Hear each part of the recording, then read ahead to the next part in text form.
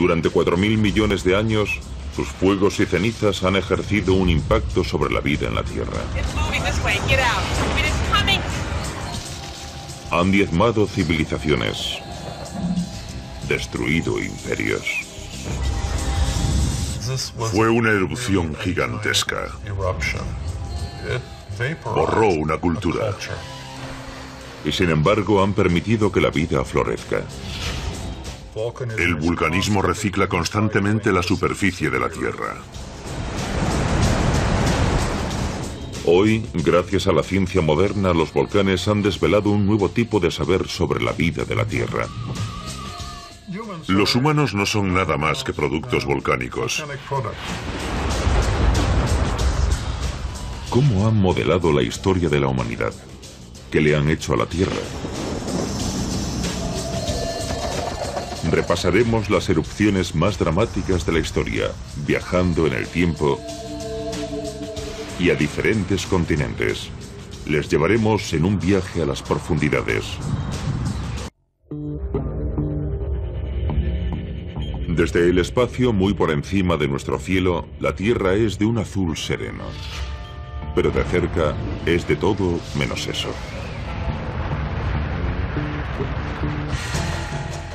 En las llanuras de Wyoming se produce una potente erupción volcánica. 1000 metros cúbicos de ceniza y lava salen despedidos a la atmósfera.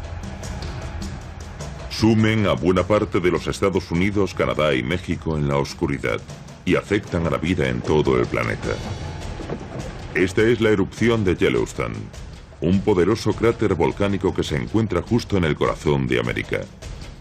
Y puede ocurrir. Yellowstone podría experimentar erupciones que devastarían los Estados Unidos por completo. Tendrían efectos en todo el globo. Puede que durante muchos años la temperatura de la Tierra cambiase, durante 12 años o más. Imagínense una erupción volcánica miles de veces mayor que la del monte Santa Elena. Las granjas, la agricultura, el ganado, todo moriría.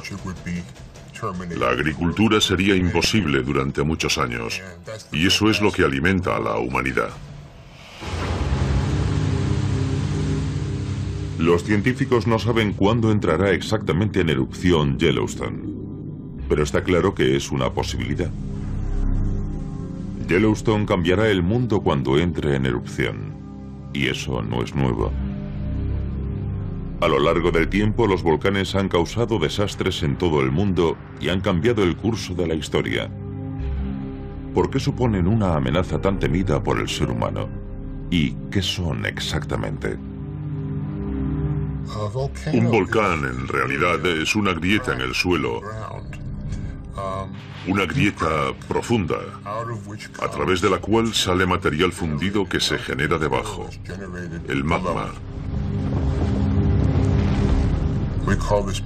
El magma sale a través de la corteza terrestre y a través de esa grieta se libera. Cada año se producen en todo el mundo unas 50 erupciones volcánicas, algunas más devastadoras que otras. Estas erupciones en otro tiempo se consideraban una muestra de la ira divina. Hoy la ciencia nos ayuda a comprender por qué se crea un volcán y por qué la Tierra depende tanto de ellos. Buena parte de la atmósfera que respiramos actualmente es consecuencia de las erupciones volcánicas que tuvieron lugar hace 3.000 o 4.000 millones de años. Nos ofrecen una ventana a la Tierra. Cada volcán activo es una bomba de relojería. Una bomba que avisa de su explosión con apenas días o tan solo horas de antelación. Antes de que se produzca una erupción, esperamos ver cierto aumento de la actividad sísmica, montones de terremotos, porque el magma rompe las rocas a medida que se desplaza hacia la superficie. Vemos también deformación en el suelo por el magma acumulado, e incluso la superficie del volcán inflarse como un globo gigante. Pero la erupción de un volcán es solo la fase final de un largo proceso que comienza cientos o incluso miles de años antes. Los volcanes se forman de diferentes maneras, y para entenderlo, tendremos que entrar dentro del volcán. Si consideramos el planeta como un conjunto, tiene un núcleo interior y un manto que constituyen la mayor parte del volumen y masa del planeta, y una chapa o cáscara muy fina en la superficie exterior que se denomina corteza. Bajo la superficie exterior de la Tierra, capas de roca forman las placas continentales y oceánicas. Estas placas se mueven constantemente, al ritmo que crece una uña humana. A lo largo de cientos y miles de años se van empujando entre sí.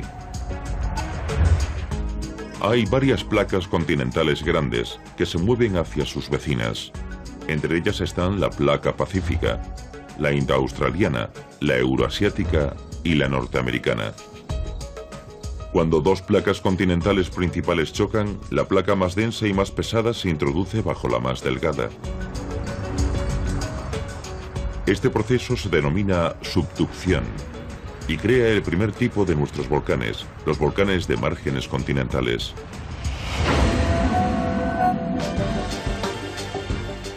Las montañas del Pacífico noroeste de América, como Santa Elena y Rainier, son ejemplos de ello. Lo que ocurre en las zonas de subducción es que una placa se introduce bajo la otra y la placa se desliza por debajo. Por eso se denominan zonas de subducción. Entonces el material se funde y sale en forma de magma.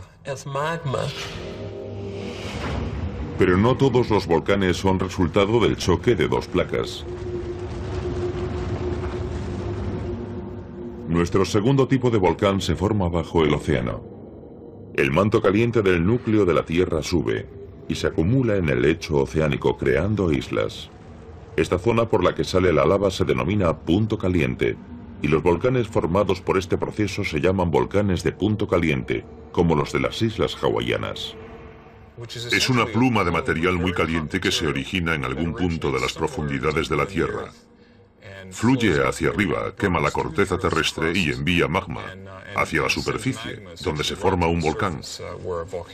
Cuando una placa se desplaza sobre un punto caliente, el punto caliente atraviesa la corteza.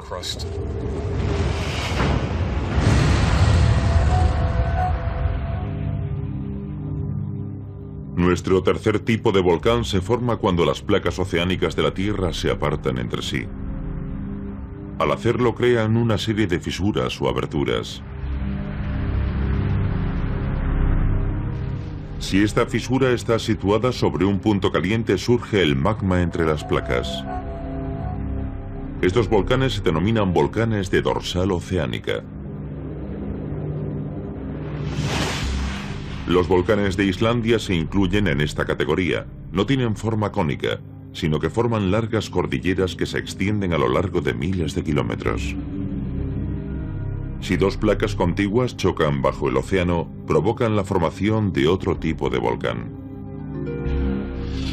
Estos volcanes no surgen en el punto de contacto de ambas placas, sino a unos 100 kilómetros de distancia. Son conocidos como volcanes de arcos insulares y forman una cadena de islas volcánicas.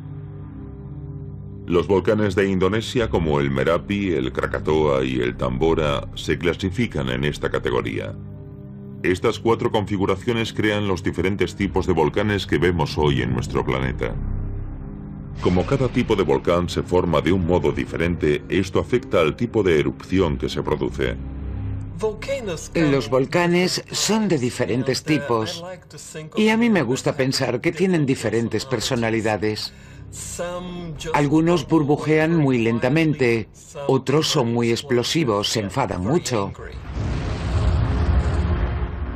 Hay varios tipos de erupciones. Las suaves y fluidas se denominan hawaianas. Las erupciones estrombolianas son las que lanzan lava por los aires. Las vulcanianas liberan mucho gas y ceniza. Y por último, las más violentas son las plinianas. Estas erupciones producen explosiones ruidosas de ceniza, gas y rocas. ¿Por qué hay volcanes diferentes a lo largo y ancho de la Tierra? ¿Y por qué predomina un tipo de erupción sobre otra? Pues todo esto tiene que ver con el tipo de magma que expulsan.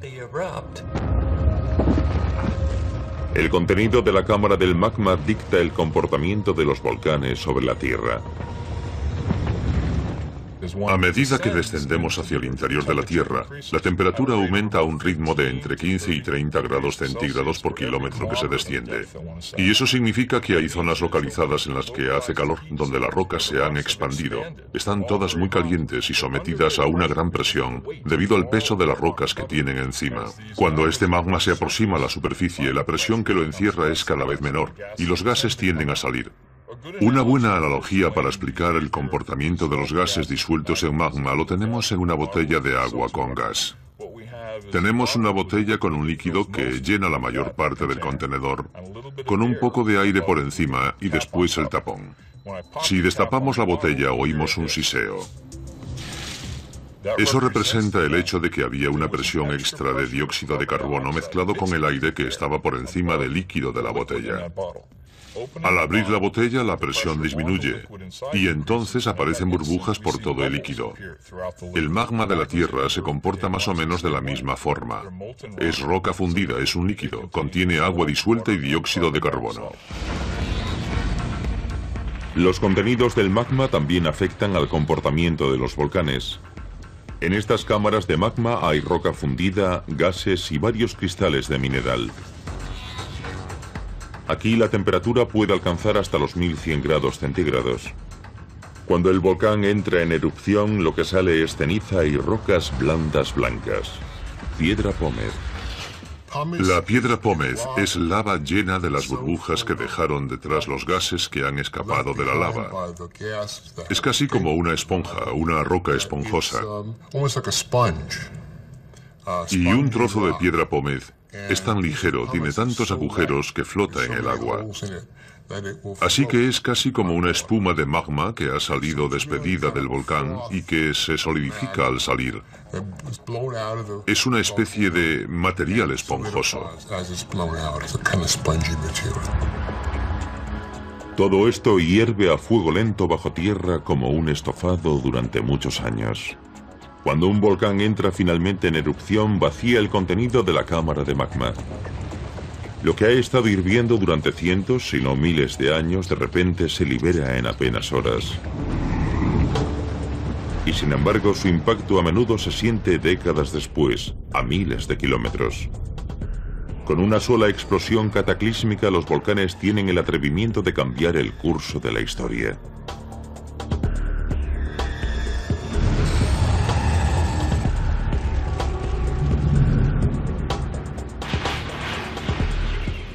Una de las erupciones más devastadoras de la historia se produjo en Europa hace más de 3600 años, en las islas griegas de Santorini.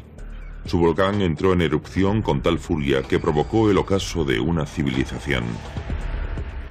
Fue una explosión enorme, gigantesca. Borró una cultura.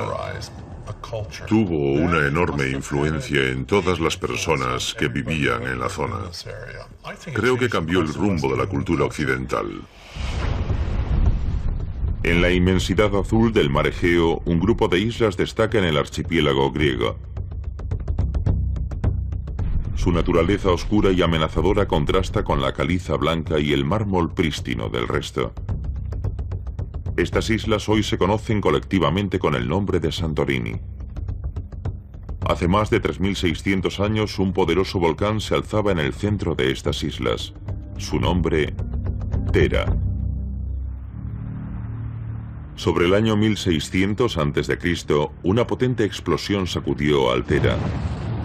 El volcán entró en erupción con enorme furia. Ceniza, rocas y piedra pómez salieron volando hacia el cielo hasta una altura de 37 kilómetros. Cubrieron los cielos y oscurecieron el mundo antiguo.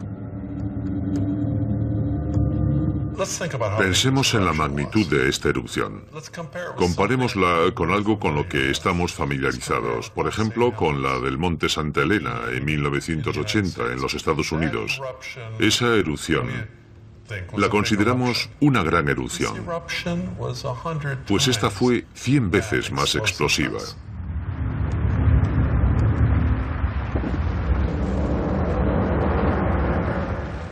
Empezó con la piedra pómez, que salió despedida, eyectada. Se produjo una lluvia de piedra pómez que cayó por todas partes y que se fue acumulando muy rápidamente, formando la primera capa, la primera fase. Después llegó la segunda fase. De repente algo cambió. Pasamos de tener piedra pómez volando hacia el cielo y cayendo y amontonándose en el suelo a tener algo que se encontró al nivel de la tierra.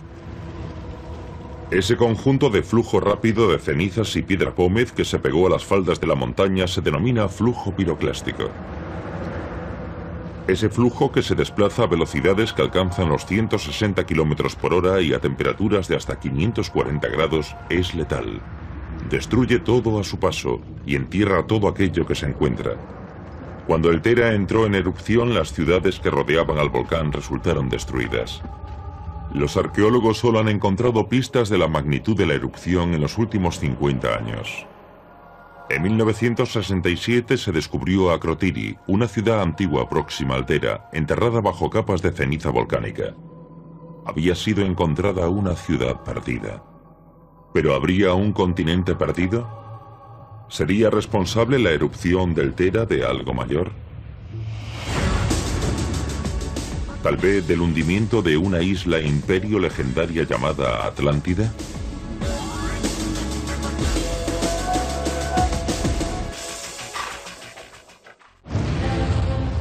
La erupción del Tera en las islas griegas sobre el año 1600 a.C. destruyó la localidad cercana de Akrotiri. Pero eso no es todo. Hay algo mucho peor. Tuvo un impacto sobre la civilización y la historia. Los expertos creen que la erupción del Tera cambió el curso de la civilización occidental. Precipitó la caída de un pueblo, los minoicos. La sede de su poder se encontraba a 120 kilómetros del Tera, en una isla llamada Creta.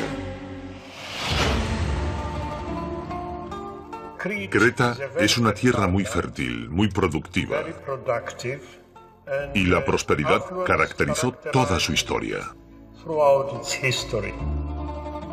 Los minoicos eran contemporáneos de los poderosos egipcios, tenían una lengua propia y una cultura admirada por otros pueblos.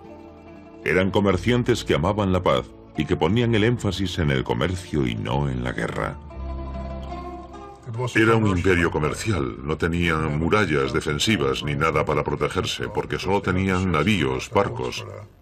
Así que eran conocidos en todo el Mediterráneo oriental como comerciantes. Los minoicos, cultos y civilizados, eran un pueblo prometedor. Su cultura había puesto la semilla de la civilización griega 1000 años antes. Tenían un estado muy avanzado, basado en la burocracia y la organización. Hoy, lo único que quedan son sus palacios y ruinas, a donde los turistas acuden en masa cada verano.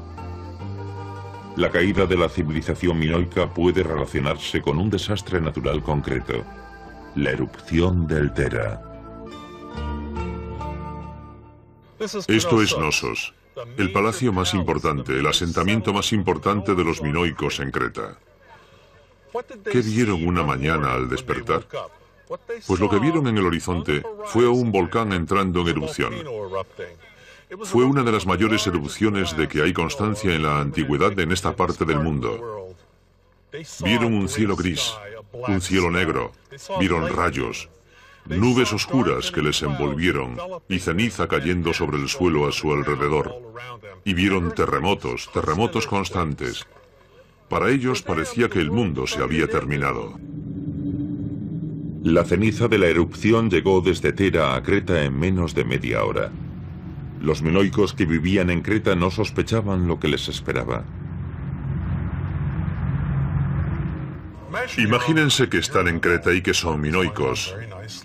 La vida les va bastante bien. De repente, al norte, en el horizonte, explota algo. Y saben que es una isla. Seguramente tienen parientes que viven allí.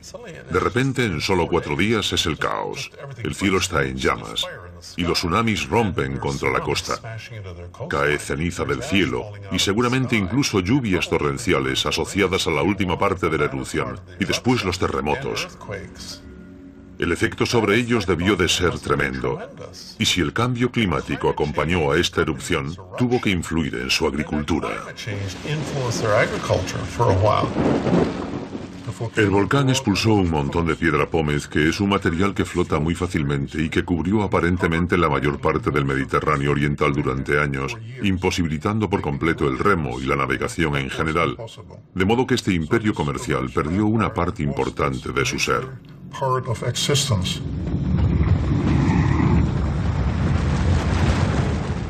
Los terremotos de la erupción provocaron incendios y los palacios minoicos ardieron.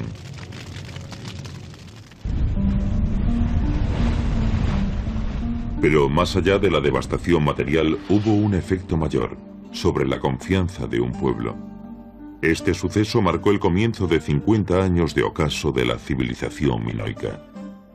¿Destruyó directamente la erupción de Santorini la cultura minoica? La respuesta sencillamente es no.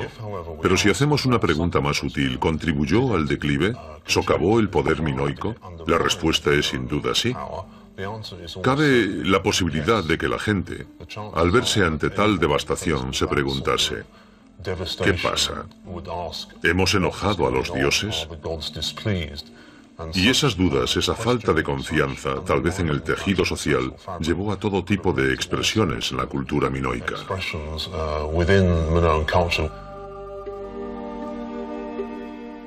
Con esta fractura del orden social, la civilización minoica sufrió un gran golpe. Solo quedaron los restos de su antiguo esplendor. Es interesante especular en qué se habría convertido la civilización si no se hubiese producido el declive minoico. Tal vez, si no se hubiese producido la erupción de Santorini, la historia de Grecia tal y como la conocemos habría sido muy diferente. ¿Por qué la erupción del Tera tuvo tal magnitud? Para encontrar la respuesta debemos ir dentro del volcán. El Tera se encuentra sobre una serie de islas volcánicas, a caballo de 4 placas. Esta convergencia de placas crea la cadena de islas volcánicas y provoca que la erupción del Tera sea muy potente. El magma se forma cuando la placa africana se introduce bajo la euroasiática. El resultado es un magma rico en gas y espeso, que entra en erupción de forma explosiva.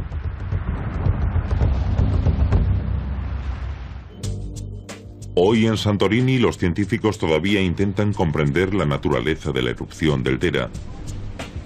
Estas capas de rocas y depósitos minerales son las únicas pistas que ha dejado la historia. El geoarqueólogo Floyd McCoy ha dedicado más de 20 años de su vida a estudiar el impacto del Tera. Él cree que la explosión fue tan ruidosa que pudo oírse en toda Europa meridional, el norte de África y en Oriente Próximo.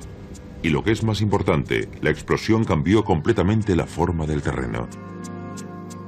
Miles de años antes de la erupción minoica, se cree que Santorini era una sola isla, posiblemente con esta forma. Tras varias erupciones, esa isla única se dividió en varias más pequeñas. En la época minoica, un volcán llamado Tera se encontraba en el centro de estas islas. Cuando entró en erupción aproximadamente en el año 1600 a.C., cambió de nuevo la forma de las islas. Uno de los efectos del vulcanismo es que cambia constantemente el paisaje a lo largo del tiempo. Con cada erupción cambia, se vuelve diferente, su aspecto es diferente.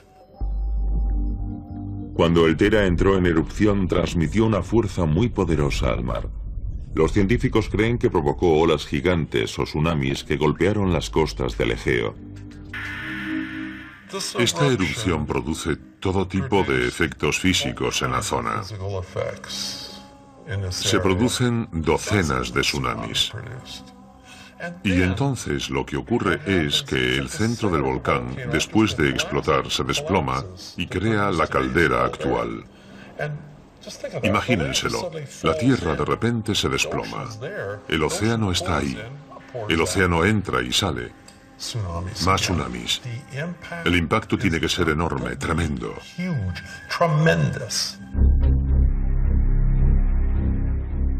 Hoy, lo único que queda del volcán es una isla en el centro de Santorini, llamada Nea Kameni. Con el nacimiento de esta nueva isla, el volcán se reconstruye lentamente. Durante los 20.000 años siguientes, la isla se irá haciendo cada vez más grande y más grande. Y después, posiblemente, volverá a explotar. Esta es la historia de este volcán, explosiones que se repiten cada 20.000 años aproximadamente. La erupción minoica que ocurrió sobre el año 1600 a.C. fue enorme. Y hay leyendas asociadas a esta erupción. Sugieren que otra isla imperio también resultó devastada por la potente explosión del Tera. Un continente mítico descrito por el filósofo griego Platón, llamado Atlántida. Según esta leyenda, una isla entera resultó destruida y quedó sumergida en un día y una noche. ¿Relató Platón un hecho real? Es difícil saberlo. ¿Desapareció el paisaje? ¿Desapareció una isla?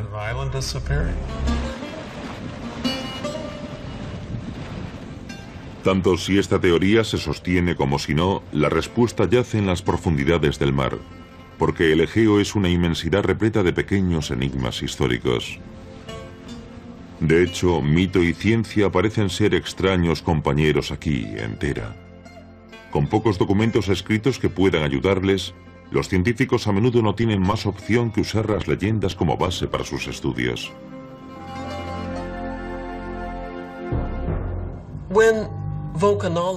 Cuando un vulcanólogo intenta reconstruir una erupción antigua, usa todo lo que puede, todos los datos que tiene. Y desde luego, hay mucha colaboración entre los vulcanólogos, los arqueólogos y los historiadores. En Santorini, por ejemplo, ha habido una gran colaboración, porque los arqueólogos pueden decirnos cosas, ayudarnos a datar la erupción, mientras que los científicos que estudian los efectos de la erupción y la cadena de acontecimientos pueden también aportar algo, de modo que acabas relacionándolo todo. E incluso estudias leyendas e historias como la de la Atlántida, porque puede que estén inspiradas en esta erupción. A 800 kilómetros del Tera, las majestuosas pirámides de Gizeh fueron testigos de esta poderosa erupción. Se cree que el cataclismo que se desencadenó en el Tera llegó hasta aquí. Se han encontrado depósitos volcánicos de la erupción en el delta del Nilo. Esto ha impulsado a algunos estudiosos a sugerir que ciertos relatos de la Biblia podrían estar relacionados con la erupción del Tera. En el libro del Éxodo, entre las plagas se incluyen los truenos, el granizo y la total oscuridad, fenómenos que podrían tener un origen volcánico. Y otra plaga mencionada en la Biblia, las aguas del Nilo convertidas en sangre. Las aguas del Nilo se convierten en sangre. Y tú te preguntas cómo es posible. Es decir, ¿por qué describir algo así? ¿Qué ocurrió? Por supuesto, es muy fácil de entender si hay enormes cantidades de un polvo rojizo, dado que la capa superior que había en Santorini era de un color rosa rojizo. Buena parte de ese material pudo haber llegado a la zona de Egipto y acabó en el Nilo, debido a las fuertes lluvias que cayeron también en la época en la que había todo ese polvo en la atmósfera. Eso significa que el color del Nilo cambió de alguna manera y pasó del típico marrón amarillento a un tinte más rojizo. Todavía hoy, científicos e historiadores intentan atar todos los cabos de la erupción del Tera. Buena parte de sus secretos se encuentran bajo el mar, en depósitos de ceniza y tal vez fundidos en continentes y ciudades perdidas. Pero hay otro volcán cuya historia está muy bien conservada. Esta fue la primera vez en la historia que un hombre describió una erupción con todo detalle. Y hoy los científicos han asociado su nombre con la más explosiva de todas las erupciones. Incluso en medio de lo que debió de ser un caos, describió la erupción y los sucesos de la erupción de una forma muy detallada y científica. ¿Puede ser tan explosivo un volcán como para que su legado se sienta más de 1000 años después?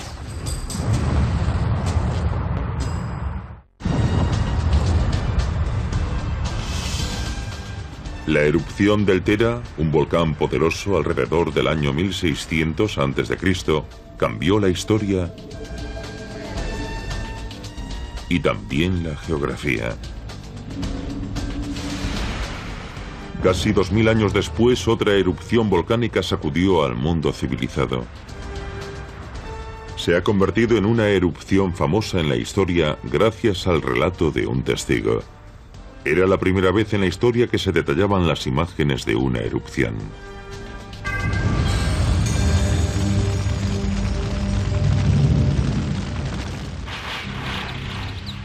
Se alza a 1300 metros de altura, en solitario esplendor sobre la bahía de Nápoles. Es el único volcán activo de Europa continental. En agosto del año 79 después de Cristo, el Vesubio entró en erupción y enterró a las ciudades romanas vecinas bajo ceniza y rocas. Aquel día debió de ser un infierno. El día se convirtió en noche debido a las nubes de la erupción que taparon el sol. Seguramente habría un tremendo olor a azufre y la gente estaría aterrorizada, sin saber qué hacer.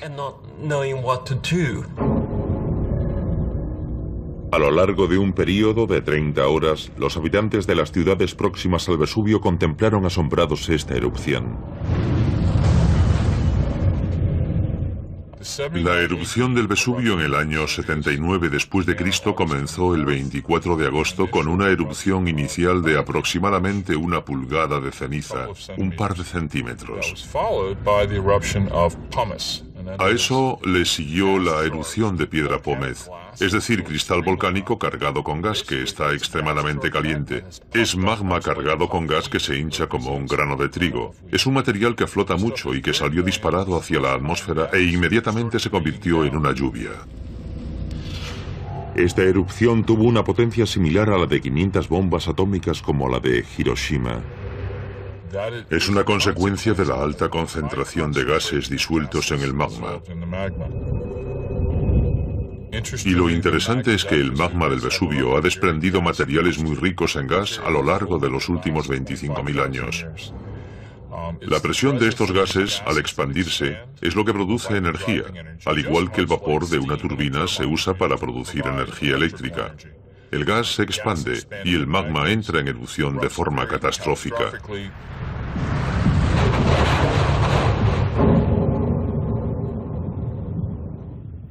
Una nube de ceniza y piedra pómez, denominada piroclástica, salió despedida al aire formando una columna muy alta. Este material piroclástico permaneció en la atmósfera, pero no por mucho tiempo. La nube del material se eleva sobre el volcán, pero a veces se vuelve tan densa que partes de la nube se desploman. El flujo llegó primero a la ciudad de Pompeya, viajando a una velocidad de hasta 320 kilómetros por hora y a una temperatura de entre 200 y 800 grados. Además de las altas temperaturas y de la elevada energía del impacto del flujo, las partículas que transporta son rocas volcánicas calientes, cristal volcánico. De modo que hay diminutas partículas de cristal de grano fino caliente cargado con gas que si las respiras te ahogan, te taponan la tráquea.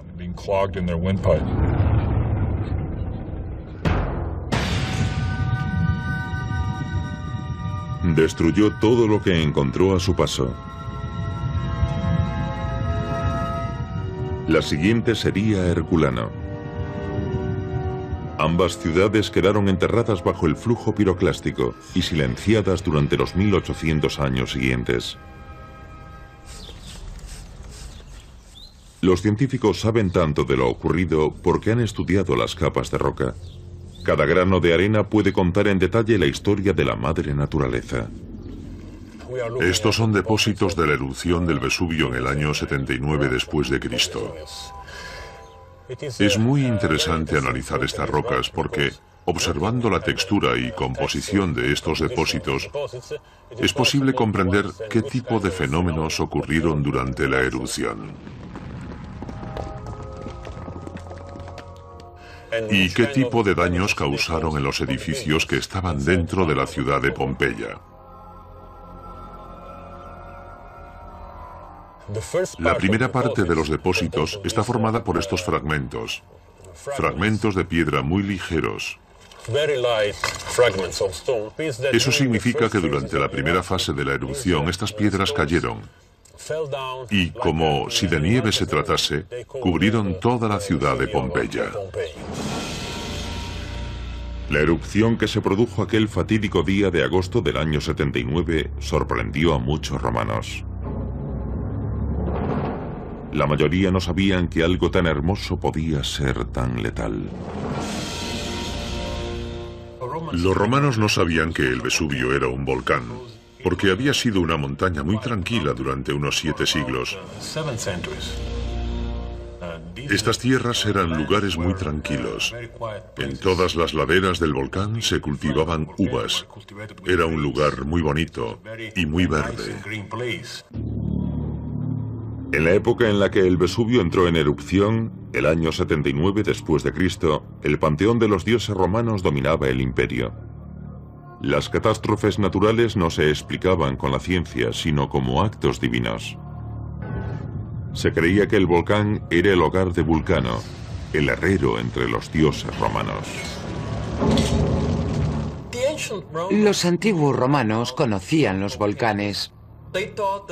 Creían que el dios Vulcano estaba allí, en su fragua, y que había forjado los rayos de Júpiter o Zeus, y que cuando golpeaba sobre su yunque se producían las explosiones.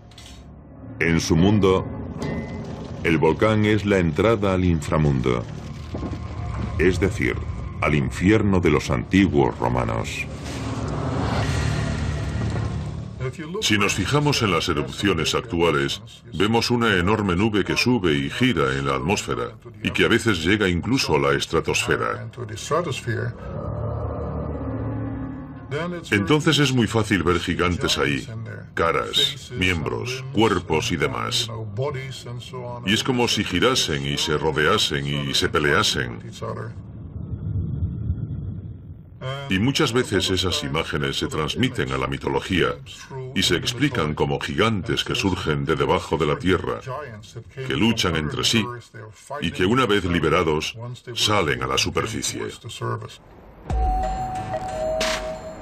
Pero no todos los romanos se dejaban influir por la mitología y la superstición. Muchos romanos, especialmente los que habían recibido una educación, tenían intereses científicos. Un relato de la erupción del Vesubio escrito por un joven romano de la cercana localidad de Miseno dio origen a la ciencia de la vulcanología. Cayo Plinio II o Plinio el Joven había observado la erupción desde la distancia. Describió los acontecimientos con muchísima claridad, aunque unos años después lo pensó todo con mayor detenimiento y relató aspectos diferentes y lo relacionó con los anteriores. Plinio el Joven era un auténtico científico. Incluso en medio de lo que debió de ser un caos, describió las erupciones y los acontecimientos de la erupción con gran detalle y de una manera muy científica. Y eso nos ha ayudado a reconstruir lo que ocurrió aquel día. El suyo como testigo ocular se convirtió en uno de los primeros relatos de una erupción volcánica en toda la historia. Se formó una nube. Su apariencia y forma recordaban más a un pino que a cualquier otro árbol. pues tras alzarse a gran altura como si fuese el tronco de un árbol larguísimo, se abría como en ramas. Yo imagino que había sido lanzada hacia arriba por la primera erupción. Luego, debilitada o incluso vencida por su propio peso, se disipó a lo ancho. A veces era de un color blanco, otras sucio y manchado a causa de la tierra o cenizas que transportaba. Gracias a los escritos de Plinio, hoy comprendemos mejor cómo se comporta un volcán.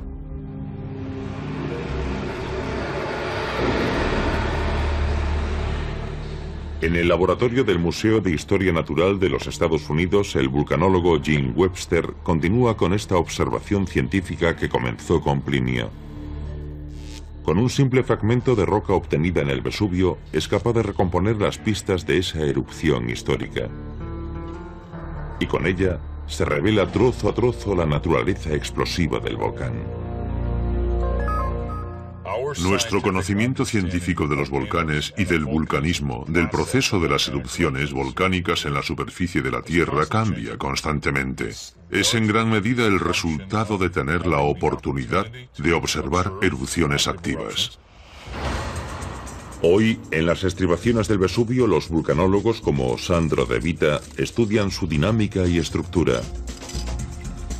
La pregunta que confunde a los científicos es: ¿qué provoca que una erupción volcánica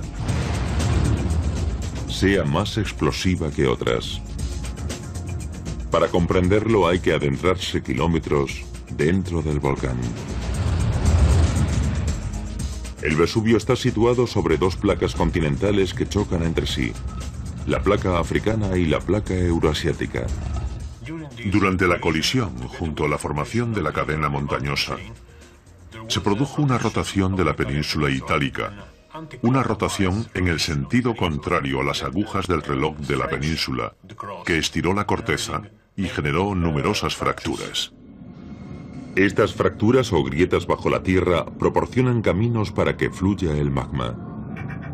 Aquí es donde el magma se acumula y alcanza un estado altamente explosivo. Hay numerosos factores que influyen en la explosividad, en la cantidad de energía involucrada. Una de las características primarias es simplemente la química del magma, de la roca fundida. La viscosidad se describe como la capacidad de un líquido para fluir. Todos conocemos, por ejemplo, la analogía de la melaza en invierno. Es muy espesa, muy viscosa, mientras que cuando está caliente es más fluida, menos viscosa.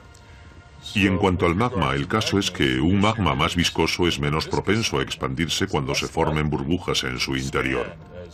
O sea que hay más posibilidades de que se acumule energía.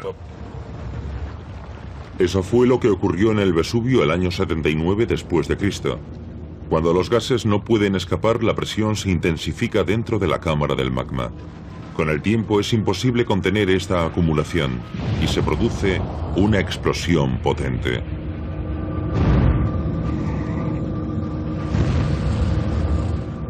Cuando la alta columna de ceniza y rocas volcánicas se desplomó, supuso el fin para los habitantes de las dos ciudades, Pompeya y Herculano.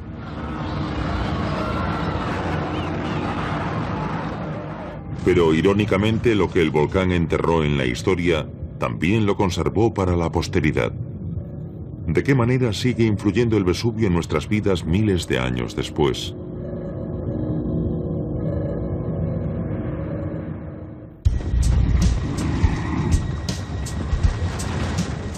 El Vesubio entró en erupción el año 79 después de Cristo, proyectando una altísima columna abrasadora de ceniza, rocas y gases a la atmósfera. Sin embargo, esta columna no se quedaría en las alturas durante mucho tiempo. Cuando se desplomó, descendió por las laderas del volcán y enterró las ciudades de Pompeya y Herculano. De los 20.000 habitantes que tenía Pompeya en aquella época, unas 2.000 personas perdieron la vida.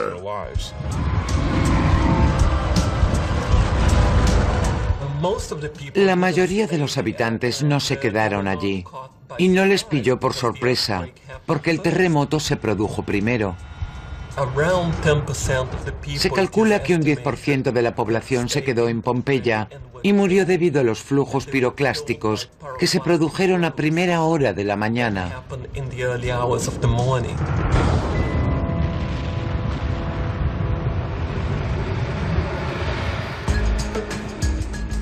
Hoy, en Pompeya y Herculano, los turistas recorren los lugares históricos, recordando el día que el Vesubio entró en erupción. Durante generaciones el mundo pareció haber olvidado la erupción del año 79. Cuando Pompeya y Herculano fueron desenterradas en el siglo XIX, el arte y la arquitectura perdidos fueron presentados al mundo. Y ello dio origen a un nuevo movimiento, conocido como neoclasicismo. Edificios de todo el mundo se inspiraron en los restos de las ciudades perdidas.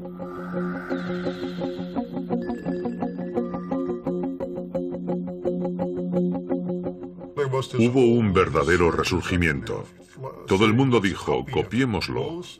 Tanto en el mundo literario como en el artístico se produjo una especie de convulsión. Pero renacimiento es la palabra más adecuada. El Vesubio sigue siendo un volcán activo. Pompeya y Herculano hace tiempo que son historia, pero Nápoles es una ciudad bulliciosa, viva. Desde el año 79 el volcán ha entrado en erupción 50 veces. La mayoría fueron erupciones menores. La última se produjo en 1944. 26 personas murieron a consecuencia de esa erupción. Los ríos de lava destruyeron localidades cercanas y una base militar estadounidense.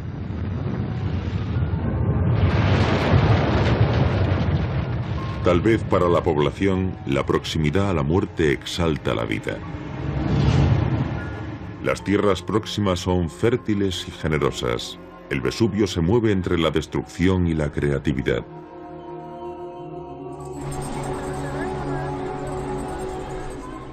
El volcán ha conseguido convertirse en algo más que un simple fenómeno natural. Ha moldeado la cultura y la psicología de las personas que viven en sus laderas. Aquí en Nápoles es evidente. Hoy, más de 2 millones de personas viven en Nápoles y en las localidades que rodean al Vesubio. En el fondo, saben que este volcán activo volverá a entrar en erupción. Está considerado uno de los volcanes más peligrosos del mundo porque vive mucha gente en su alrededor. En Nápoles, evidentemente, y en las afueras de Nápoles que rodean al volcán. Imagínense los tapones que se formarían si la gente intentase escapar del volcán. Sería una situación muy peligrosa y podrían morir centenares de miles de personas. Pero la población ha aprendido a convivir con la amenaza permanente de vivir a su sombra. Durante años, los científicos han intentado que se restringiese la urbanización en la zona del Vesubio, pero sus palabras han caído en saco roto.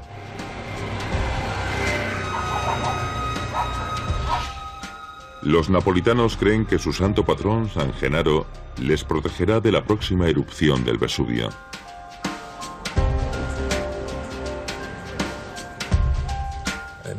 Nápoles, además de otros problemas, siempre ha tenido el del volcán Vesubio.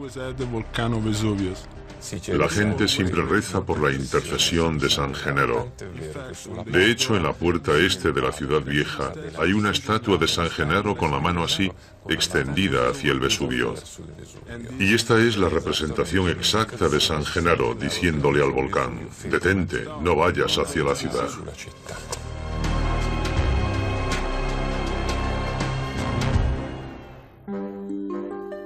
Torturado y decapitado, el santo murió martirizado el año 305 después de Cristo.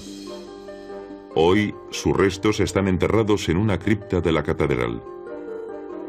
Gotas de su sangre se conservan en viales bien protegidos. 3 veces al año se celebra una ceremonia en la catedral de la ciudad con la sangre de San Genaro. La gente cree que si la sangre no se licúa, el santo quiere transmitirnos alguna señal. El sentido de la tradición ha hecho que muchos reconstruyan sus hogares cada vez que el Vesubio ha entrado en erupción. Es difícil comprender la tenacidad de la gente que vive al pie de un volcán. ¿Por qué arriesgan su vida y sus propiedades para vivir en las laderas de un volcán? ¿No sería más fácil vivir lejos de un centro de desgracias? Esa, sin embargo, no siempre es la solución. El alcance de un volcán puede estar más cerca de lo que nos imaginamos, aunque vivamos a miles de kilómetros. Una erupción volcánica, en teoría, puede llegar a cualquier lugar del mundo. También puede influir en el clima de todo el mundo, y en muchos casos varios años después del suceso. ¿Puede la erupción de un volcán que se encuentra a medio mundo de distancia devastar las vidas de personas que están al otro lado del globo?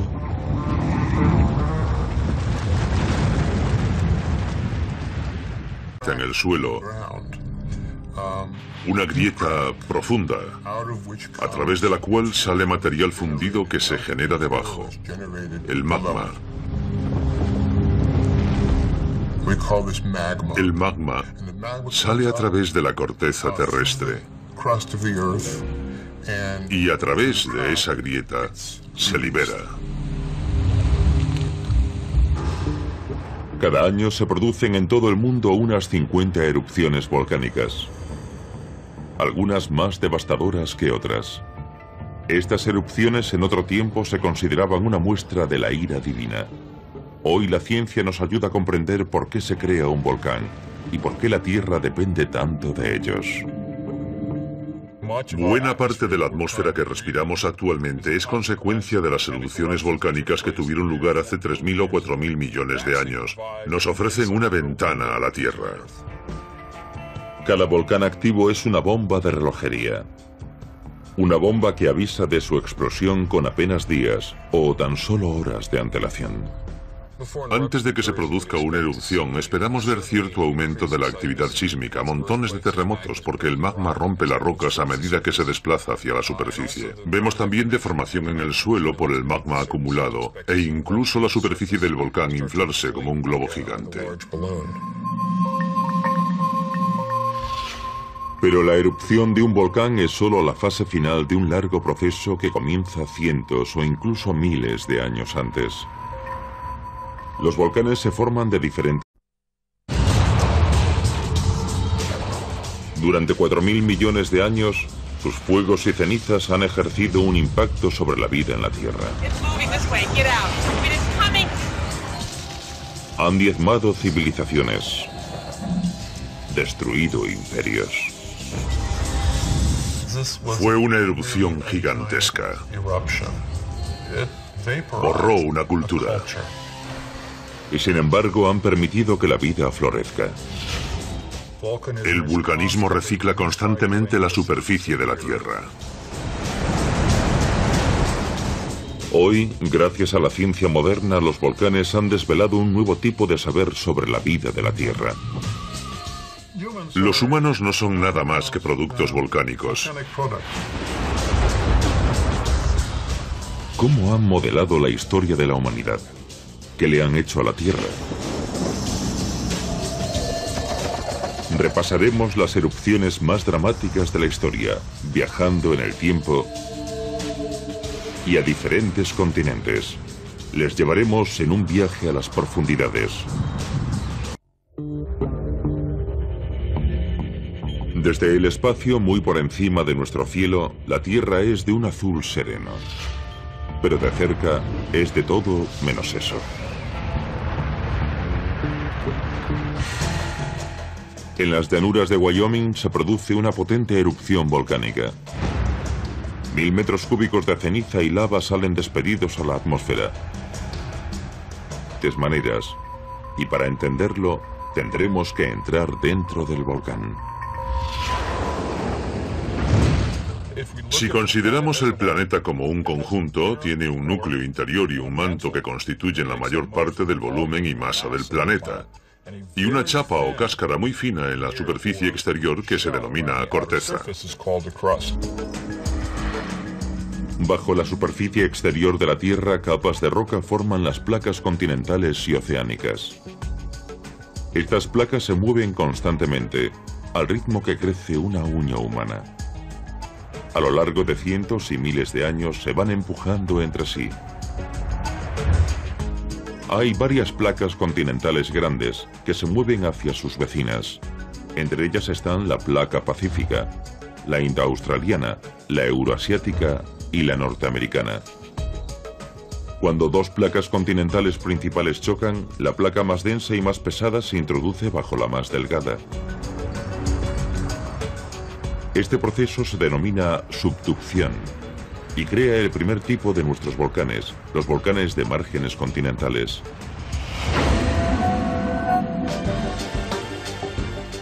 Las montañas del Pacífico noroeste de América, como Santa Elena y Rainier, son ejemplos de ello. Lo que ocurre en las zonas de subducción es que una placa se introduce bajo la otra y la placa se desliza por debajo. Por eso se denominan zonas de subducción. Entonces, sumen a buena parte de los Estados Unidos, Canadá y México en la oscuridad y afectan a la vida en todo el planeta. Esta es la erupción de Yellowstone, un poderoso cráter volcánico que se encuentra justo en el corazón de América. Y puede ocurrir. Yellowstone podría experimentar erupciones que devastarían los Estados Unidos por completo. Tendrían efectos en todo el globo. Puede que durante muchos años la temperatura de la Tierra cambiase, durante 12 años o más. Imagínense una erupción volcánica miles de veces mayor que la del monte Santa Elena. Las granjas, la agricultura, el ganado, todo moriría. La agricultura sería imposible durante muchos años, y eso es lo que alimenta a la humanidad. Los científicos no saben cuándo entrará exactamente en erupción Yellowstone, pero está claro que es una posibilidad. Yellowstone cambiará el mundo cuando entre en erupción, y eso no es nuevo. A lo largo del tiempo, los volcanes han causado desastres en todo el mundo y han cambiado el curso de la historia. ¿Por qué suponen una amenaza tan temida por el ser humano? ¿Y qué son exactamente? Un volcán, en realidad, es una grieta. El material se funde y sale en forma de magma. Pero no todos los volcanes son resultado del choque de dos placas. Nuestro segundo tipo de volcán se forma bajo el océano. El manto caliente del núcleo de la Tierra sube y se acumula en el lecho oceánico creando islas. Esta zona por la que sale la lava se denomina punto caliente y los volcanes formados por este proceso se llaman volcanes de punto caliente, como los de las islas hawaianas. Es una pluma de material muy caliente que se origina en algún punto de las profundidades de la Tierra. Fluye hacia arriba, quema la corteza terrestre y envía magma hacia la superficie, donde se forma un volcán. Cuando una placa se desplaza sobre un punto caliente, el punto caliente atraviesa la corteza.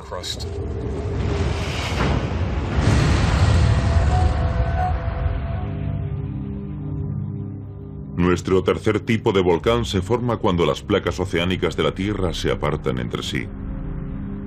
Al hacerlo crean una serie de fisuras o aberturas.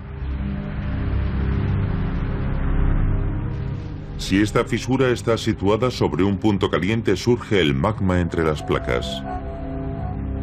Estos volcanes se denominan volcanes de dorsal oceánica.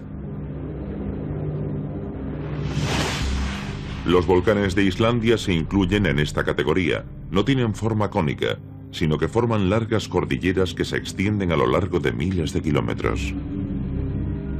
Si dos placas